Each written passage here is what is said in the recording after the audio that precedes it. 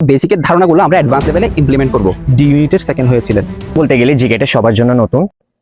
প্রিয় বিশ্ববিদ্যালয়ে ভর্তি ছোড়া, তোমরা আগামীতে অ্যাডমিশন জার্নিতে যে সকল সমস্যার সম্মুখীন হবে তা নিয়ে আজ আলোচনায় বসছেন মনিরস অ্যাডমিশন কেয়ারের বিজ্ঞ শিক্ষক প্যানেল। মাহি স্যার, সি ইউনিটের চান্স পাওয়ার অন্যতম ফ্যাক্টর ম্যাথ নিয়ে শিক্ষার্থীদের প্রতি আপনার কি পরামর্শ থাকবে? বিশ্ববিদ্যালয় ভর্তি পরীক্ষার্থীদের মধ্যে কমার্স আর্টসের স্টুডেন্টরা মনে করে সি ইউনিটে আসা ম্যাথগুলো সায়েন্স ওরিয়েন্টেড।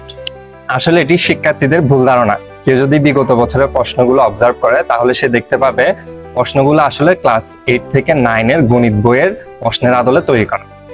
টপিক ভিত্তিক ক্লাসগুলো, ডেইলি টিউটোরিয়াল এবং এক্সাম ম্যাটেরিয়ালস গুলো কেউ যদি সলভ করতে থাকে এবং আমাদের যে কালেকটিভ এক্সাম হয়, কালেকটিভ এক্সামগুলো যদি কেউ ভালোভাবে পরীক্ষা দিয়ে পরবর্তী সময়ে সলভ করে তাহলে তার সি ইউনিটে চান্স পাওয়ার সম্ভাবনা প্রবল থাকে। বিশ্ববিদ্যালয়ে ভর্তি ইচ্ছুকদের জন্য একটি বড় চ্যালেঞ্জ ইংরেজি। নিবু স্যার, আপনার মতে এর মূল কারণ কি? ইংরেজি ভীতি নাকি সঠিক প্রস্তুতির অভাব? আসলে আমি এখানে কোনো একটা সিঙ্গেল বিষয়কে ব্লেম করতে পারবো না। আমার মনে হয় এই সমস্যাটা মূলত দুইটা বিষয়েরই মিক্সচার। কারণ ইংরেজি ভীতিটা আমাদের দেশে, বিশেষ করে যেসব অঞ্চলগুলো শহরাঞ্চলের বাইরে, ওখানে একটি স্কুল লেভেল থেকেই তৈরি হয়ে আসে।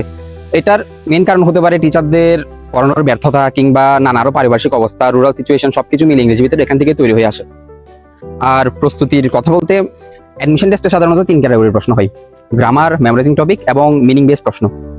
বেসিক টু অ্যাডভান্স লেভেল এই টার্মের সাথে আমরা সাধারণত সবাই পরিচিত, কিন্তু এখানে গুরুত্বপূর্ণ হচ্ছে কিভাবে বেসিকের ধারণাগুলো আমরা অ্যাডভান্স লেভেলে ইমপ্লিমেন্ট করব, এবং এর জন্য প্রয়োজন একটি সঠিক গাইডলাইন। জিয়া স্যার, আপনি তো চট্টগ্রাম বিশ্ববিদ্যালয়ের 21 সেশন ভর্তি পরীক্ষায় ডি ইউনিটের সেকেন্ড হয়েছিলেন এবং আপনি সায়েন্স ব্যাকগ্রাউন্ডের শিক্ষার্থী ছিলেন। এক্ষেত্রে যারা বিভাগ পরিবর্তন করে আসবে তাদের জিকে প্রস্তুতি সম্পর্কে আপনার কি পরামর্শ থাকবে? আসলে বলতে গেলে জিকেটা সবার জন্য নতুন, সেটি আর্টস হোক, কমার্স হোক অথবা সায়েন্স ব্যাকগ্রাউন্ডের হোক। কিন্তু শুরু থেকে যদি ধারাবাহিকভাবে গোছানো ওয়েতে জিকেটা পড়া যায় তাহলে জিকেটা একদম এডমিশনের লাস্টে গিয়ে সহজতর মনে হয়। আমরা যদি বিশ্ববিদ্যালয়ের জিকে কোয়েশ্চেন প্যাটার্ন দেখি তাহলে এখানে 3টি বিষয় থেকে প্রশ্ন হয়: আন্তর্জাতিক বিষয়াবলী, বাংলাদেশ বিষয়াবলী এবং সাম্প্রতিক বিষয়াবলী। কিন্তু বিগত বছরের প্রশ্ন যদি আমরা একটু অ্যানালাইসিস করি তাহলে দেখতে পাবো হচ্ছে সাম্প্রতিক থেকে প্রশ্নের হার বেশি বাড়ছে। আসলে সবাই হচ্ছে জিকে মুখস্থ করতে চাই, কিন্তু জিকেটাকে যদি প্রেক্ষাপট বুঝে সহজতর ওয়েতে পড়া হয় তাহলে সবার জন্য জিকেটা সহজ হয়। সাকিব স্যার, বিশ্ববিদ্যালয় ভর্তি পরীক্ষার বি এবং ডি ইউনিটের 1/3 প্রশ্ন আসে বাংলা হতে।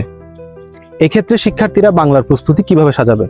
আসলে এইচএসসি লেভেল থেকে স্টুডেন্টরা বাংলা বিষয়টা পড়ে আসে, যার কারণে তারা অ্যাডমিশন সিজনে বাংলা বিষয়টা অবহেলা করে। তারা সাধারণত দেখা যায় অন্যান্য বিষয় থেকে বাংলা বিষয়টুকু একটু তুলনামূলকভাবে সহজ হয়, যার কারণে এটাকে অবহেলা না করে এই সুযোগটাকে কাজে লাগিয়ে বাংলায় গুরুত্ব দিলে দেখা যাবে চান্স পাওয়ার প্রবাবিলিটি আরো বেড়ে যাবে। সেক্ষেত্রে আমার পরামর্শ থাকবে ইংলিশ এবং জিকের পাশাপাশি বাংলাটাকে সমান গুরুত্ব দেওয়া। জাহিদ স্যার, চট্টগ্রাম বিশ্ববিদ্যালয়ে ডি ইউনিটে আইকিউ থেকে 20টি প্রশ্ন থাকে, যার মধ্যে 8 মার্কস পেয়ে সকলকে আলাদাভাবে পাশ করতে হয়। এক্ষেত্রে শিক্ষার্থীরা আইকিউ বিষয়ে কিভাবে প্রস্তুতি দিতে পারে বলে আপনি মনে করেন? আসলে বিশ্ববিদ্যালয় ভর্তি ইচ্ছুকদের জন্য আইকিউ একটা এনজয়েবল টপিক, যেখানে কম পড়েও ভালো মার্কস পাওয়া যায়। ভর্তি পরীক্ষায় আইকিউ থেকে প্রশ্নগুলো কমন আসবে এমন কোনো কথা নেই। যদি বিগত সালের প্রশ্নগুলো ভালোভাবে অ্যানালিসিস করে এবং প্র্যাকটিস করে তাহলে অ্যাডভান্স হোক, সে দুর্বল স্টুডেন্ট হোক, তার জন্য আইকিউ জিনিসটা খুবই সহজ হয়ে যায়।